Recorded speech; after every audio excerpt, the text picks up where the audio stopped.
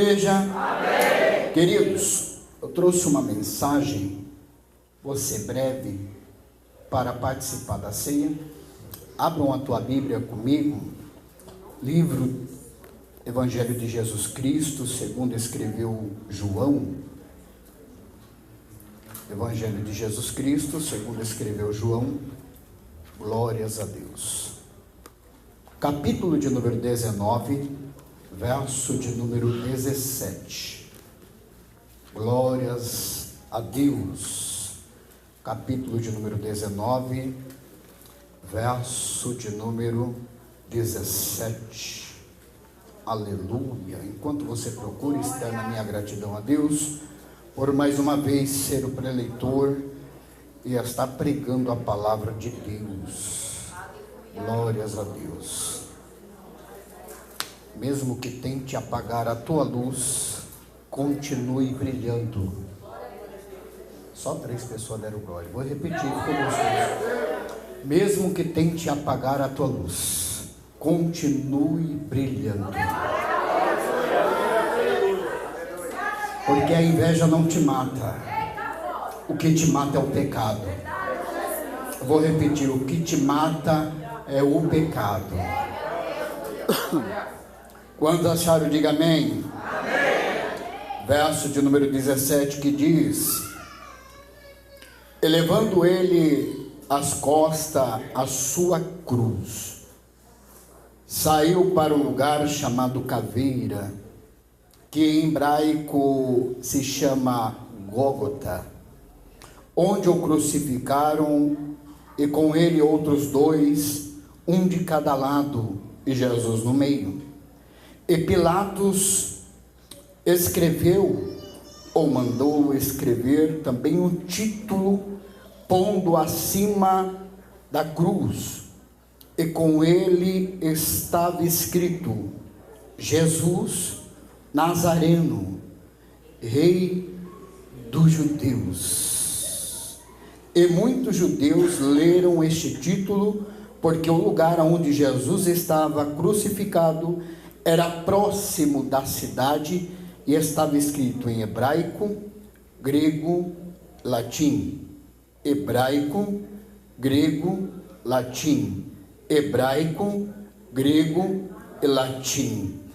E diziam, pois, os príncipes da sinagoga dos judeus a Pilatos: não escreva isto, rei dos judeus, mas que ele é o que ele se diz, rei dos judeus. Respondeu Pilatos: o que eu escrevi está escrito. O que eu escrevi está escrito. Se assente dando glória.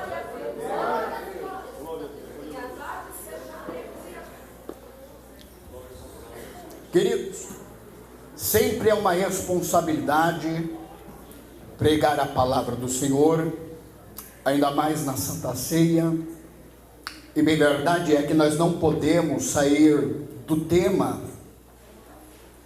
que é a Santa Ceia, que vai nos lembrar uma certa feita que Jesus está diante dos seus discípulos e ceia com eles. Mas lendo o texto que acabamos de ler há poucos minutos, entendemos que Jesus está levando sobre as suas costas uma cruz. Quem escreve, quem é o autor deste livro é João, que é filho de Zebedeu, um grande empresário no ramo da pescaria, a sua mãe Salomé e o seu irmão Tiago. Em verdade é que João e Tiago são conhecidos por Jesus como Boanerges, ou filhos do trovão, por causa do temperamento que eles tinham. O temperamento deles era agressivo, ou então um pouco que nervoso. Mas o homem pode ser nervoso lá fora, mas na presença de Deus se torna calmo. Ele pode ser nervoso dentro de casa, mas quando chega na casa do Senhor, ele se torna calmo. Pode tentar estourar, explodir, ser o bambambam lá fora, mas dentro da igreja o respeito é que impera. Porque se não tem respeito e não tem calma na presença de Deus, é porque não tem temor diante do Senhor. Então entenda uma coisa, João ele é escritor de 5 livros. Primeiro vai ser o Evangelho escrito de João, primeiro, segundo e terceira epístola de João, e o livro do Apocalipse, conhecido como Revelação. Entendemos que quando o Senhor chama João, ele é rejeitado por alguns, mas aceito por Cristo, porque mesmo que a sociedade te rejeite, Cristo te abraça onde você estiver. Não importa quem vai dizer ou deixa de dizer, não se importe com o que digam de você, o importante é o que o Senhor está dizendo sobre a tua pessoa. Nessa época, o ortodoxismo judaico vai imperar, sendo que eles não aceitam Jesus como Salvador. Aquele tempo existia 4 idiomas esses que vai imperar nesse tempo. Primeiro o hebraico, antes do cativeiro ele foi visto, o aramaico depois do cativeiro, vem o grego na cultura do tempo de Alexandre, e vem o latim no tempo da Europa, o europeu. Bem verdade que quando João começa a trazer a sua relação sobre isso, a cultura antiga começa a perder alguns mitos, porque a mitologia grega começa a imperar. Mas quando João começa a pregar a palavra, todo mundo entende o que ele está querendo nos trazer, porque a palavra não precisa ser explicada, ela mesmo se explica. Eu vou repetir, a palavra não precisa ser explicada, ela mesma se explica. E nós entendemos que quando o Senhor quer falar conosco, Ele pode falar no hebraico, pode falar no aramaico, pode falar no grego, pode falar no latim, mas se Ele quiser vir falar na nossa linguagem brasileira, português, Ele fala conosco. Bem verdade que nós entendemos o português, mas se o Senhor quiser dar a tradução pelo dom de interpretação de língua, você vai entender o que os outros estão falando, porque se eu falo em línguas e não tem intérprete, eu identifico a mim mesmo, mas se tiver intérprete, ele vai identificar que ali há um adorador. Quando o culto começou, nós entendemos que tinha adorador ali, que tinha adorador aqui, que tinha adorador aqui, que tinha adorador aqui, que tem adorador. E no altar tem adoradores, mas se eu não adoro, o que acontece? Aí é você e Deus, porque eu não vou parar de adorar por causa de A e B, porque Ele não gosta do meu terno, do meu sapato, do meu corte de cabelo. Eu vou adorar mesmo assim, mesmo na dificuldade, mesmo na luta, mesmo que aquilo venha nos surpreender com uma luta, com uma prova, com um vento, com um vendaval, com um euroaquilão. Eu estou diante de Deus, e o Senhor é quem está pegando na minha mão e está dizendo: eu te pego pela mão direita, filho, levanta, porque eu estou contigo. Escute, tema é ceia do Senhor. O texto que relatado por João vai relatar essa história aproximadamente às 6 horas da manhã, quando Jesus ele é condenado. Marcos, no livro, vai nos relatar que Jesus Cristo foi crucificado às 3 da manhã. Então vamos ver que é uma diferença de horário. Se ele foi condenado às 6, e se Jesus Cristo foi crucificado às 3, o relógio voltou para trás. Só que nós vamos entender, estudando um pouco, que João ele vai escrever no tempo do Império Romano, e quando ele escreve, ele vai trazer a relação de um momento do horário romano. Pelo horário romano, ele vai estar escrevendo às 6 da manhã, que significava que o relógio romano, ele rodava do 0 ou da meia-noite para frente. Já o horário judaico rodava das 6 da manhã para frente. Vamos entender melhor? O relógio não passava para trás e também não adiantava, ele sempre estava no momento certo. João diz que Jesus foi condenado na hora sexta, que é na hora de número 6. Se ele é condenado na hora sexta, Marcos vai dizer que ele foi crucificado na hora terceira, a hora terceira no relógio do judaico significa às 9 horas da manhã. Então quer dizer, ele foi condenado às 6 da manhã, mas foi crucificado às 9. Existe um tempo aí de 3 horas, que é o caminho que ele vai percorrer, aonde ele estava sendo condenado, até chegar no Gólgota. Esse caminho, a extensão, as pessoas chegavam em 15 minutos, só que com o corpo todo machucado, deslacerado, com totalmente, alguns historiadores vão dizer que os órgãos internos dava para enxergar. Jesus estava com seus nervos totalmente destruídos, por causa das pancadas, dos chicotes, dos açoites, por causa dos soldados que batiam. Então Jesus está caminhando, ele cai, levanta, ele cai de novo, levanta. Vem um homem para ajudar ele a levantar aquela cruz e ir diante do Calvário. Sempre Deus vai permitir que alguém te ajude no meio do caminho, mas nunca Deus vai colocar quem pode impedir a tua vitória. Eu vou repetir: sempre Deus vai querer colocar no teu caminho alguém para te ajudar, mas se for pedra de tropeço, Ele vai afastar, porque Deus não coloca ninguém no teu caminho para te afastar do caminho de Deus.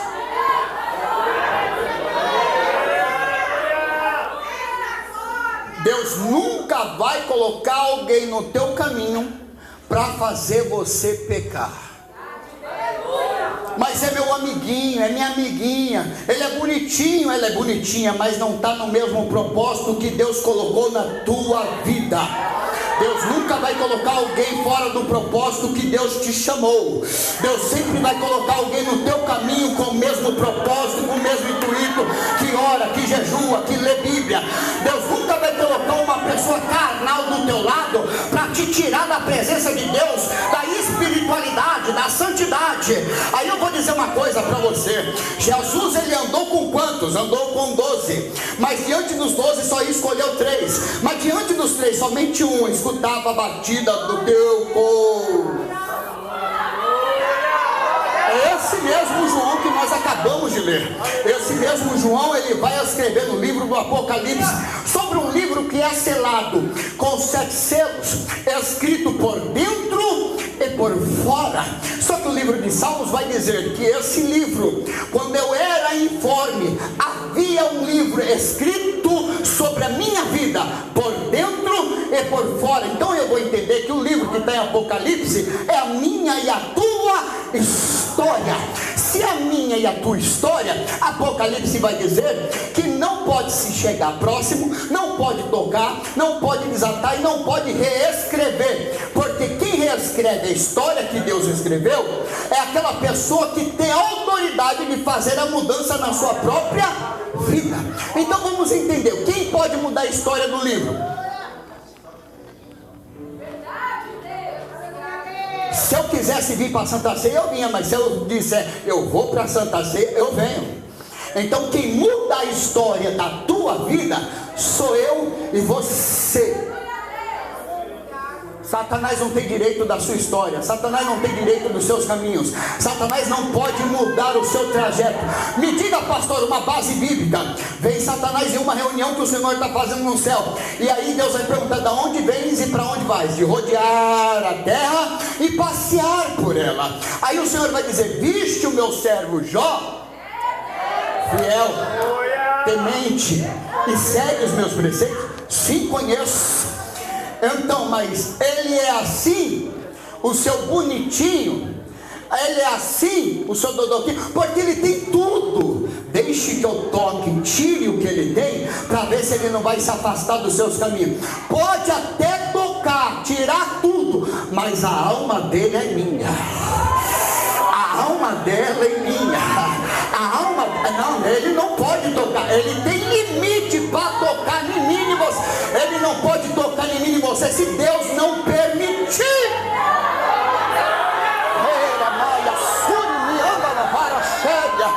Tem gente que fala: o inimigo está fazendo arruaça na minha vida. Mentira! Ele não pode tocar na tua vida se Deus não permitir. Ele não pode tocar na tua família se Deus não permitir. Ele não pode tocar nos teus projetos se Deus não permitir. Oh glória, Eu estou sentindo a graça de Deus fluindo neste lugar. Então vamos entender uma coisa. João, ele vai dizer que Jesus é condenado às 6, mas foi levado às 9 na contagem judaica. Entenda uma coisa: se a contagem judaica é essa, Jesus leva 3 horas até chegar no Gólgota. Se ele leva 3 horas para chegar no Gólgota ou no Calvário, bem verdade é que ele sofreu no meio do caminho. Quem estava do lado dele um dia e aplaudiu ou pediu uma cura, agora estava lá julgando ele. Eu vou falar. Porque hoje em dia a pessoa vem, te abraça, te beija, mas um dia ela vai pisar no teu calo, vai falar mal de você, vai querer te apunhalar, relamar a súria.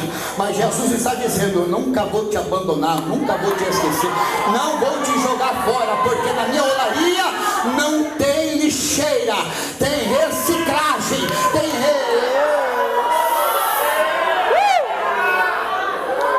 Pastor, tu está dizendo, eu vou dizer mais, eu sou reciclado, porque eu era uma pessoa alcoólatra, um maconheiro, eu era uma pessoa que estava no espiritismo, eu era uma pessoa destruída, mas Jesus disse bem assim: eu vou te reciclar.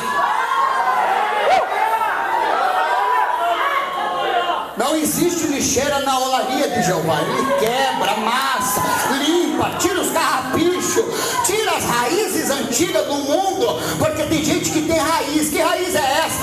A raiz das músicas mundanas, a raiz dos palavreados mundanos, a raízes do vocabulários mundanos, a raízes do adultério, do pecado, da fornicação. Tem gente que tem muitas raízes, mas tem gente que só precisa de uma lapidação. E como que o oleiro vai identificar quando o vaso está bom? Quando ele coloca sobre a luz. Vou falar.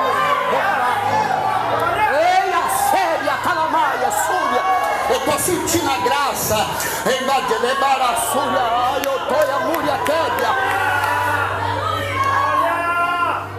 Pastor Natalício, oleiro para identificar quando o vaso vem de fora.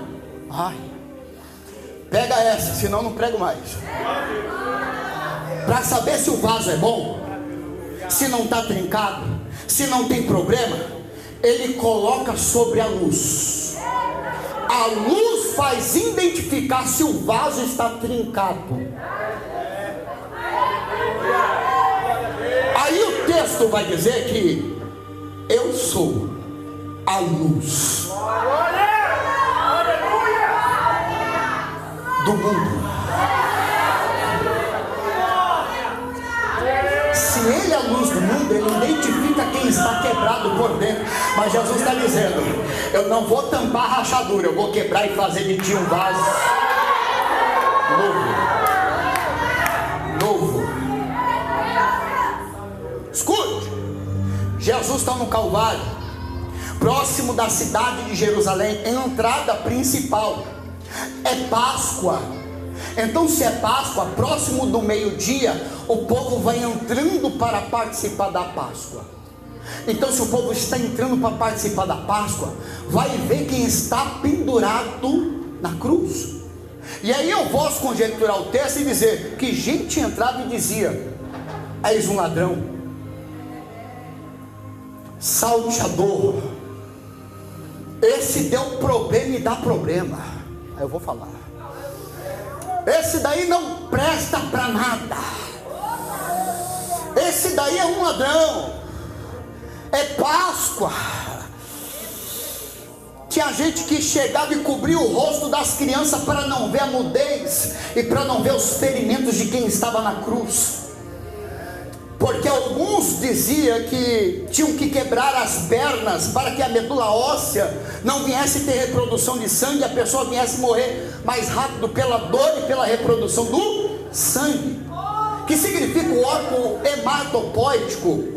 Se a medula óssea, o osso quebra, a medula óssea se torna infértil ou não tem reprodução. O sangue no nosso corpo humano significa vida. Se não tem produção, não tem vida. Quem estuda medicina já sabe o que eu estou dizendo. Só que quebraram as pernas dos dois ladrões.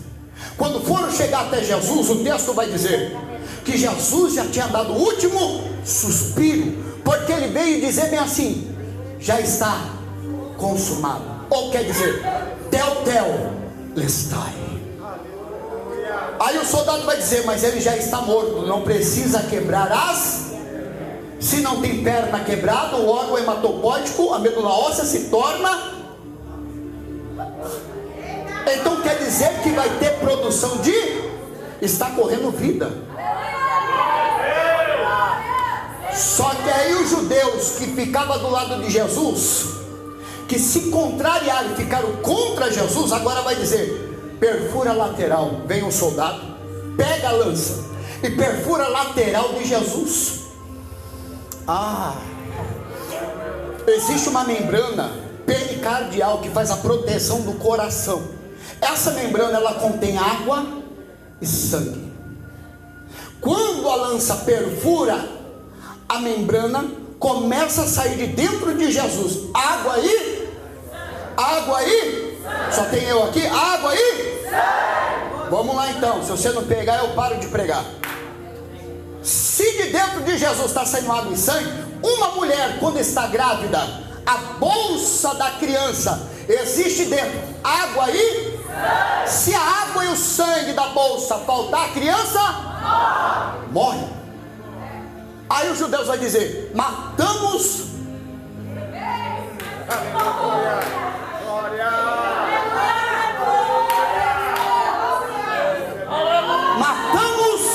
o rei dos judeus. Só que no pensamento dos judeus é isso, mas Deus está dizendo: vocês não mataram não, agora está renascendo. Está renascendo o rei dos judeus, Senhor dos senhores, aquele que abre porta, fecha a porta, aquele que está no caminho, aquele que é verdade, a vida, a lamúria, aquele que é onipresente, onisciente, aquele que sabe de tudo, aquele que conhece tudo, aquele que viu quando você saiu da tua casa e chorou lágrimas e disse: Senhor, pode ser a minha última ceia, mas o Senhor está dizendo: não vai ser a última ceia, porque eu vi a lágrima e recolhi, e estou te respondendo agora, porque estou contigo no caminho que eu te trilhei.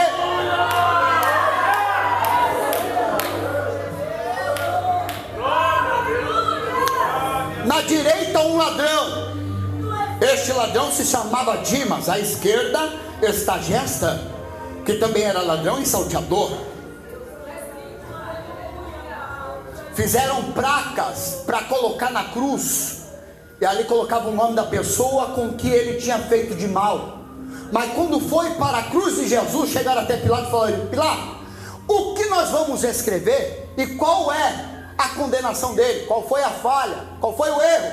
Qual é aquele delito que ele cometeu? Escreve assim, e em hebraico, em grego, em latim. O hebraico era a linguagem local, o grego usual, o latim o oficial. Quando escreve em três linguagens, ele fala: pode falar que eu vou escrever. Este é Jesus Nazareno, o rei, o rei, o rei, o rei, o rei, o rei, o rei dos judeus. Adiobraxia labarantula seriminarátia. Quando ele vai, mas peraí, é isso mesmo? Não, quero saber qual foi o delito dele. Rei dos judeus. Não, eu quero saber o que ele fez de mal. Ser rei dos judeus. Porque Jesus, ele não disse que era. Pilato chegou, então quer dizer que você é o rei dos judeus? Jesus disse: o Senhor é quem disse. Não coloque palavras em minha, porque é você que está de... Aí Pilatos vai lembrar do que ele falou e vai pedir para colocar na placa, no madeiro, acima de Cristo. Só que quem não gostou foram os judeus e também os escribas e fariseus. Foram chegar até Pilatos e vão falar: não escreva isso, escreva ao contrário, que ele se diz ser rei dos judeus. Só que Pilatos vai dizer bem assim: o que eu escrevi, eu escrevi. Em outras palavras, ele está dizendo: o que eu escrevi, borracha de Satanás não apaga. O que eu escrevi na tua vida, o inimigo não arranca. O que eu escrevi na tua família não vai ser retirado. Porque eu vou dizer uma coisa para você: não importa o que dizem sobre a tua vida, o que importa é o que está escrito sobre a cruz. Escute para me fechar essa mensagem.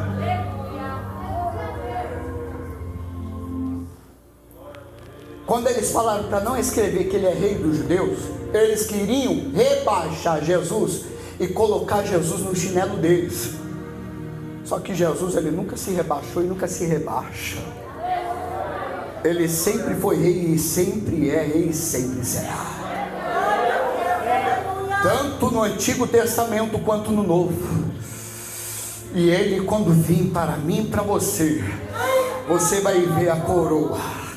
Você vai ver ele chegando e falando: eis que eu cheguei para levar a minha noiva, para levar a minha igreja, para levar os meus salvos, porque ele é o rei dos judeus. Ninguém vai mudar o que está escrito na tua vida. Se está escrito, está escrito, porque ninguém apaga aquilo que está sobre a tua vida. Livro de Colossenses, capítulo de número 2, verso 14, vai dizer que há um tempo, segundo os historiadores, do jubileu, 50 anos, que se findava a dívida, ou quando chegava o empresário e via no mural a dívida de quem estava lá, e chegava alguém e falava: vou pagar essa dívida. Ou quando ia no mercado de escravo, e aí ele dizia: eu quero esse, eu quero esse, eu quero esse, eu quero esse, quero essa, quero essa, quero essa, quero essa. Mas vai pagar como? Com o meu sangue. Não, você não pegou, vou repetir. Qual é a forma de pagamento, Senhor? A forma de pagamento vai ser na cruz do Calvário. Vai ser chicotada, vão cuspir na minha cara, vão bater em mim, vão colocar uma coroa de espinho, a coroa, a ponta vai entrar na minha fonte, eu vou sentir altas dores, mas por esse daí, mas não tem jeito, é rebelde, ele é cruel, não quer saber de nada, não tem problema, eu vou pagar o preço no lugar dele.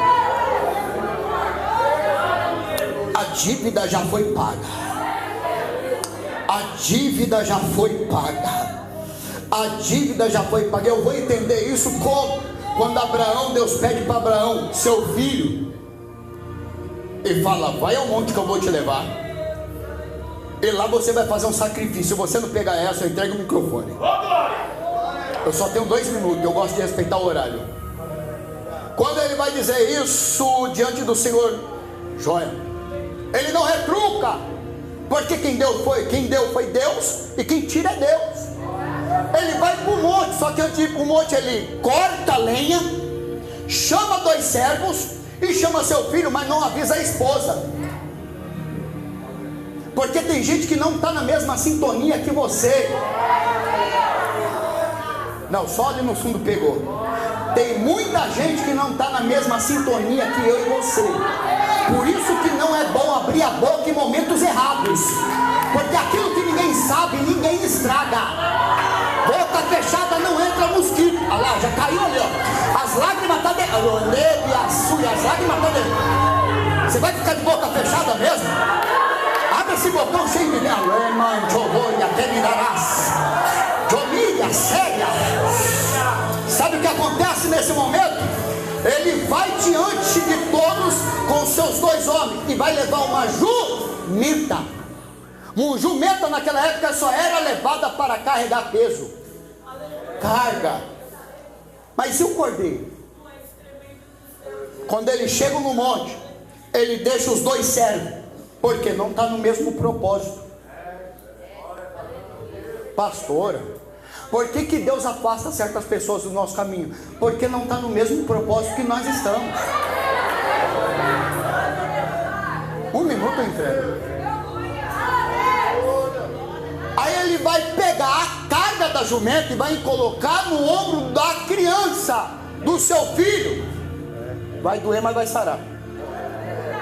Por que Abraão faz isso? Porque se eu não ensinar enquanto é pequeno, quando chegar a ser grande vai bater na minha cara.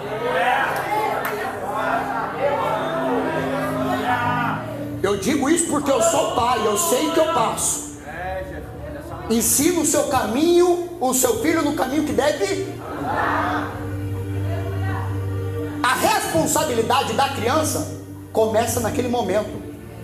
Porque se eu não dar responsabilidade enquanto é pequeno, quanto é grande, vai ficar chupando o dedo.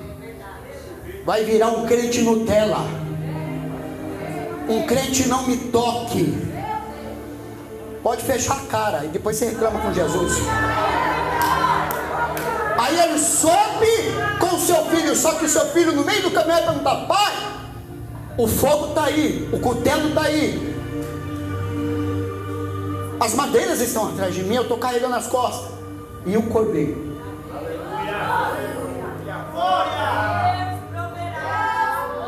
Deus proverá o cordeiro para si. Quando ele chega no altar e monta o altar, varão, pastorzão, ele coloca o menino em cima do altar e amarra. Pastor, eu fui entender esse texto com um amigo meu presbítero do Belém, o porquê que ele amarra a criança no altar. Pode até se debater, mas não sai. Pode até reclamar que o culto foi frio, mas não sai. Pode até falar: amanhã eu saio da igreja. Negativo. Pode até se debater, mas não vai sair. Não vai sair. Não vai sair. Não vai. Não vai. Não vai. Pode se debater aí. Pode se debater. Pode até começar: vou sair da igreja. Vou sair do grupo. Vou entregar credencial. Vou entregar a carta. Pode tentar, mas você não vai conseguir. Quando ele vai pegar o cutelo para fazer o sacrifício, o anjo brada na mesma hora, no mesmo milésimo: não faças mal ao inimigo. Eis aí o cordeiro. A diferença de cordeiro e carneiro é uma só: a idade. Deus sempre prepara a experiência para não dar trajetória em fim de mundo. Porque Deus sempre vai colocar ao seu lado o sacrifício ou a responsabilidade de você fazer coisas grandes. Como assim, pastor? Deus sempre vai abrir porta onde não tem porta. Deus sempre vai trazer a cura onde não tem cura. Deus sempre vai dar estratégia onde não tem estratégia. Mas Paulo, tu está no meio do mar, no meio do Aquilão, o que você vai fazer? Deus está dando estratégia. Para onde? Eu vou para Malta, lugar do doce. Porque depois da tempestade tem vitória com sabor de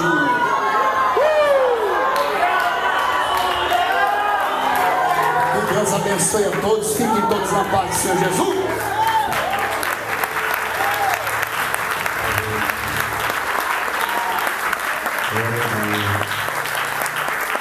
Mensagem, né, irmão? Depois dessa mensagem, eu sinto muito a presença de Deus. E é gostoso, né? Quando você sente Deus na sua vida e você começa a chorar. Não é Deus, né? Eu sou Ele, Pai. Vamos chorar. Nós vamos correr aqui, tá? Deus abençoe, viu, pastor? Por essa mensagem aí maravilhosa. Vamos lá.